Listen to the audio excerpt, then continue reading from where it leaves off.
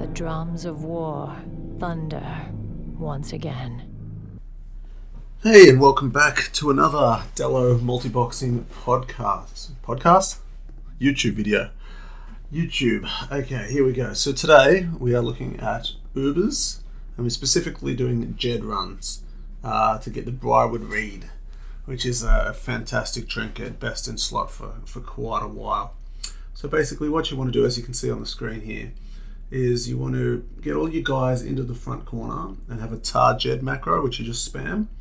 Another method you can do is get on your priest and mind vision Gore Luck Anvil Crack. So tar Gore, and then from him you can find Jed roaming around up this top section. But basically this is the way I do it, is get my 5 guys, run in where my warrior is currently standing, and just spam the macro tar Jed for about 1-2 minutes. If you can't find him in that time, he patrols, so there's only points in time where you can actually target him. When he patrols down, you can actually get him and target him, and he'll come up. And then what you do is you run your other guys out, and you get them to get the guy who's found him to invite them all to party and join that instance where Jed will be waiting, because he is a rare spawn, obviously. Okay, so what we're doing is UBRS. It's a lot of AoEing the way I play it, because obviously the 3 mages and the priest. So I've cut out a bit of drinking here. I'm also going at 2 times speed, just to make it a bit quicker. So this is a run I've already completed. I'm just doing a bit of voiceover for it. Okay, so down here we've got the lower Blackrock Spire mobs. These guys are pretty weak. You should whip through these guys pretty quickly. We're about to head up into the first room of UBRS. Now what you'll need to do is the lower Blackrock Spire quest to get the ring. The ring is basically the key to get into this place. It's not an easy key to get. Basically you have to run elders quite a few times to get the right gems to drop off the boss, but that opens this door. You just walk up to it, and if you have the ring, it will open. So these dragonoids are quite strong. You want to make sure you have aggro on both of them. You don't want them running into your group and hitting on the clothies. So get a bit of aggro and then move to the other one and then start DPSing.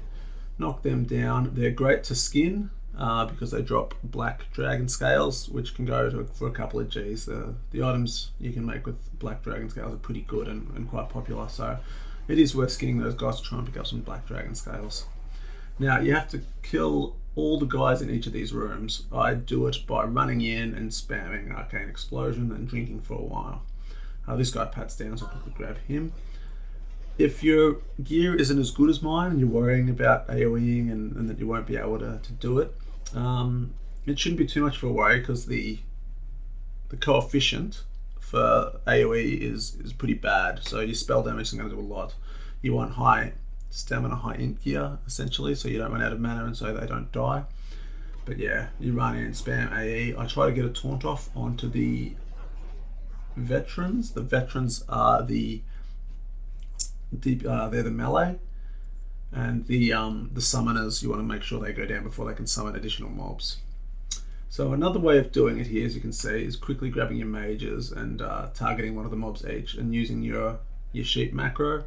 And as you can see, you can run in and do them one by one if your gear isn't good enough and if you want to play it a bit safer.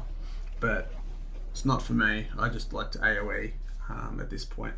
But that is a method you can use if you're having trouble with these. So we're going through pack by pack. Same thing, constantly. I think there's 8 or so of these rooms, 4 at the top. I think 7. 4 at the top. 3 at the top, 4 at the bottom. So that should all be all those done. And as soon as we go up to the top here, we want to take out these 2 dragonkin. So yeah, 3 more rooms. The room on the far left here has additional mobs to all the other rooms. It has 5 or 6, where all the others have 4. I like to use my cooldowns, Arcane Power, and my PI when I do that last room there. So skin the Dragonoid and the Dragonkin, get the black dragon scales. Hopefully you pick up a few. And there we go. Just position that over the the guild chat, just so my guilders don't say anything silly that you guys can then see. Okay, so again, more of these rooms. You see those runes that you can see on the floor there? That's basically when you clear out the room, that rune will no longer be lit up, and that'll mean you can move on to the next one. And we're coming up to the room here where there is the 5 or 6 mobs. So what you can do is shoot the 2 guys at the front, because otherwise they'll charge, and you can run in, and then because those, you can start AEing and they won't charge at you. Basically you want to have all your guys stacked on top of each other, and if they get charged and knocked back a mile, they may not be there to AE, which is why you can shoot those front too. Run in, drop your arcane power and kick the crap out of them. And then there's 4 more on these stairs. Again, they're the exact same as what we've been fighting. And then we go into the first boss room. Now this is good. This is a good part of the farm because it will give you access to the shoulders, the leather shoulders. Very good for rogues, hunters, warriors. They've got some attack power and 2% hit on them, so they're fantastic. So you can farm this guy for those shoulders. What you need to do is get 3 guys to click on the little altar here. What I like to do is have broadcasting open all of them, so as soon as they start running at me, I'll quickly hit backwards and then start spamming AE. If you're still channeling on the altar, they might not AE correctly. And once they're dead, this guy will start a timer. It's about 40 seconds. I skipped it because it's quite boring. It's just me standing there drinking. So, and this guy's literally tank and spank. He's not difficult at all. No shoulders. Yeah, I've already got them, but no shoulders there. Got a BOE actually for shamans. Okay, so now you run into the egg room. Now I have done this egg boss once as a multi-boxer. It's not fun. It's doable. He drops absolutely no loot you could possibly want, unless you want your devout shoulders for your priest, which yeah, they're nothing great. So it's definitely, every group skips this pretty much, and I suggest you do the same unless you're a sucker for punishment, because it's not easy. We head up the top again, more dragonkin. You'll see one padding towards us here. If you're feeling brave, you can pick him up now as well. I don't in this case. We'll still finish off these 2 first, and he'll pad back towards you. You can also see the humanoid or the orc. He pads up and down and around, so you want to try and pick him up when he's padding along this bottom section by himself. We'll see if we can get him in a sec or two. I think he just does a lap around, so by the time we do this, he'll come back around the other side. Here he comes. So he is next. Okay, now this is quite tricky. It's a 3-pack, and you want to kill the flame scale first, and then the dragon scales after that. The flame scales AoEs, so you want to be very careful to keep him away from your casters, and you also want to make sure you can keep aggro on the 2 dragon scales. I'll lose aggro here, quickly taunt the one that was running away, and then I'll go back to the original. So try to get a bloodthirst or some sunders on the other ones. Now what I like to do is have my casters over here.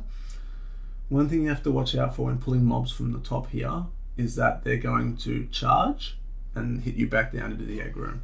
So you quickly want to run back around, light of sight around this corner. Now here I've got my casters too close and they're getting hit by the AoE. You do not want this to happen. You want your casters standing further back than what I have them here. It's a mistake on my behalf. So that is what it is. You take out these 3, and you don't need to use your arcane power here unless you get a really big pull. If you accidentally do a really big pull, which I think I do here. So I've pulled. So what I'm going to do is kick off my arcane power, run in, and just hit them down, AoE them down as fast as I can. Arcane power is a great oh shit button, because then you can AoE packs that you normally couldn't. So while they're drinking, I'll run up, I'll grab this guy. Basically what I'm doing is just sort of clearing out mobs until Jed pats by. So Jed's going to pat by very shortly. And you want to try and get him by himself. There he is. I'm not going to get him here. I'm going to pull this pack first. So this is a 4-pack. I could have tried to have got Jed if I at that point, if he was, let him pad a little bit further forward and grab him and try and do a single pull, and then I'm actually going to go further after this run and go up to rend, which will be an additional video, a part 2 if you like. Yeah, so that's why I grab these mobs here, because I'm actually heading. But if you're just doing Jed and you're stopping at this point, then you don't have to pull these additional mobs, which I've done here. So we're getting pretty much to the end of the video, where it's not too tricky once you get the hang of it, but if you pull some large packs or stuff it up a little bit, then it can not end well. So it's all a matter of being precise and taking your time. And here we go. So now here comes Jed. He pats over your side. You quickly grab him, knock him down, and you've got a 1 in 3 chance of getting the Briarwood Reed. Unfortunately, this is not one of those times. Alright, like, subscribe, and we'll see you again soon. I'm Dello the Multiboxer. Look for part 2, which is Rend. Bye for now.